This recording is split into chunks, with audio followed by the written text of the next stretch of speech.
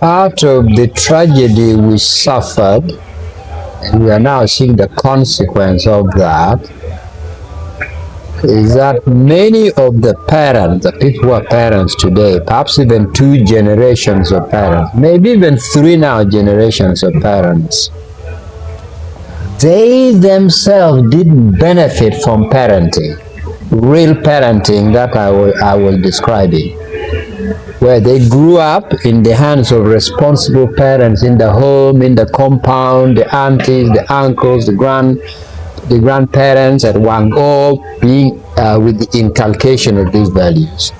Many of them already grew up in the camps. They were very young when they went into the camps.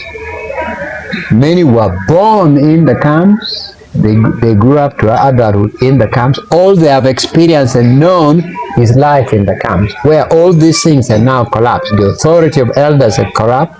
Parenting had collapsed.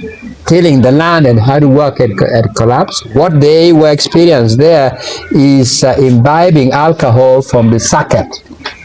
That's why that tradition has persevered, because that's what they knew in the camps.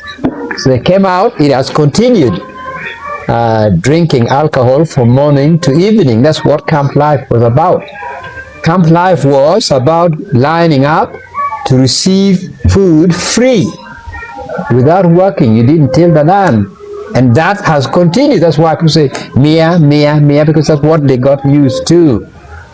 So, I do not necessarily blame the parents. They themselves were victims.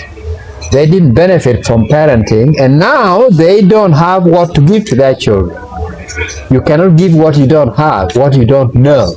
If they didn't experience real parenting, real love, and teaching about responsibility, they think if you have a bit of cassava on the table for the children, your job is done. Maybe even less than that. But to teach the child these things, to put the child, down, and to take time to spend with the child, don't do this, teach them right and wrong.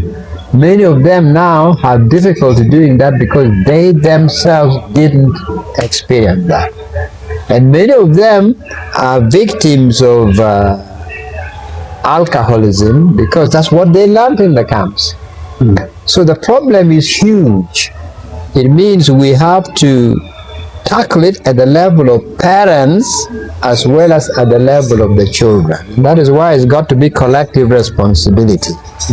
We can't leave it anymore just to that particular compound and parents. It won't happen. It's got to be all those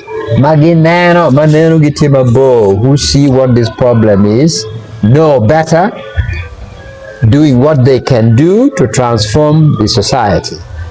Whether it is part of the contribution is from the school, part of it is from the place of worship, part of it from maybe some of the elders who are still around.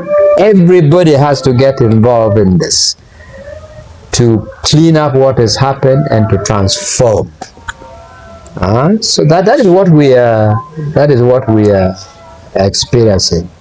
It's also the reason why you see some children not attending school, and even those attending school, the parents won't follow through. They are not concerned. They won't open the report. They will not ask how the children are doing, because they themselves probably didn't benefit from that anymore. So a lot of what I'm saying now here might be completely theoretical for them. Like a complete disconnect. So that is the rupture we suffered. That is the collapse we suffered. And that gives you the magnitude of the chasm, of this big, huge gap that we have to fill. Yes. One last question. Last question, please.